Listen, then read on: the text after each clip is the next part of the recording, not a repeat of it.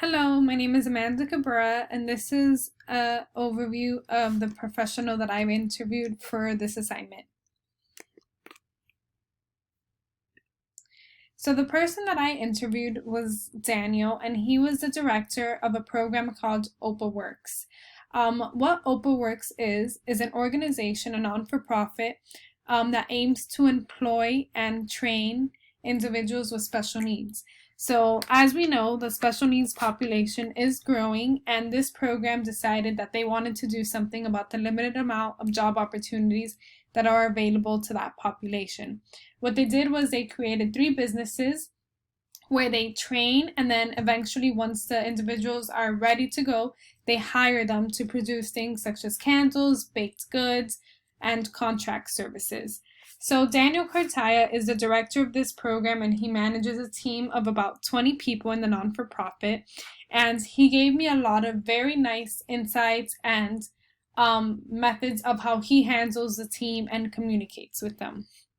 So one of the main things that Daniel spoke about was a work-life balance. So as we know, a lot of places, a lot of companies look at people for what they could produce. They look at their employees for what they could give, and how well they perform for the company.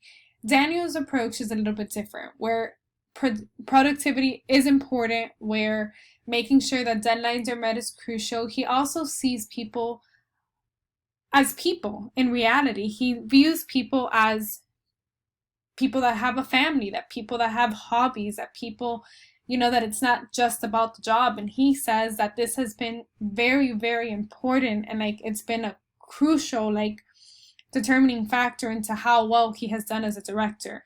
So I could relate to this because I work in my personal life in property management. And right now, after COVID, a big thing that the company is dealing with is how do we get tenants back into our buildings? How do we get people to want to come to work, to not be comfortable with working from home? And so companies are now doing things that say, hey, you know what, we have to do something for our employees. It's not enough to just give them a building and to just give them expectations. Me in the property management field, we're saying, hey, what events can we do? What amenities can we add to the offices to have people come in? So Daniel's approach was kind of ahead of his time, ahead of COVID, where it's hey, you know what, my employees are people. So as long as they're performing for me, how can I perform for them? How can I give them a job that's catered to them individually? Hey, you have kids, you have this. He works with his team as long as they're performing.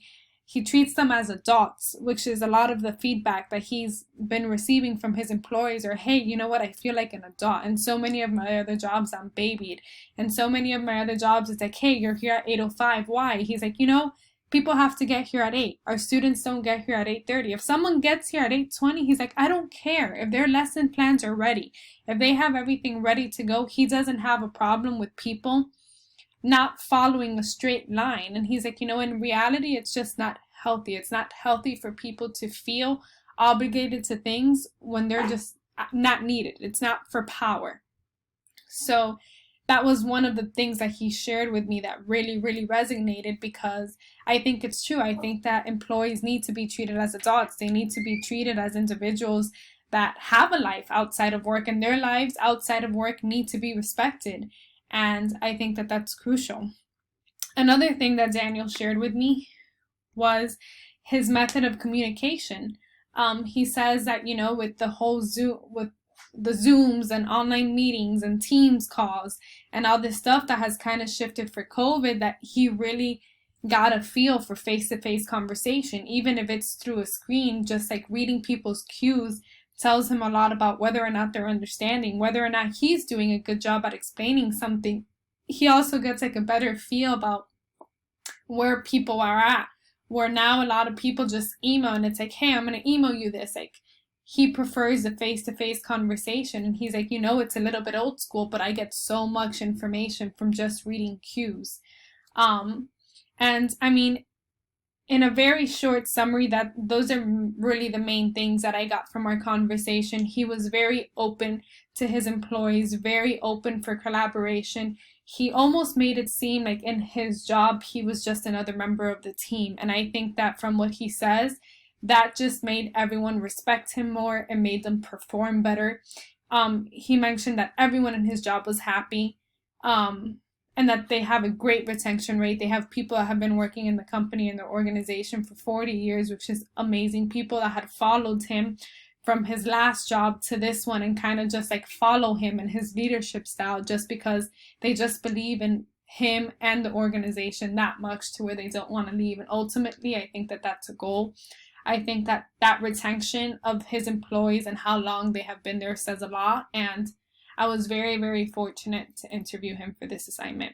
So if anything, I hope that you guys learned a little bit.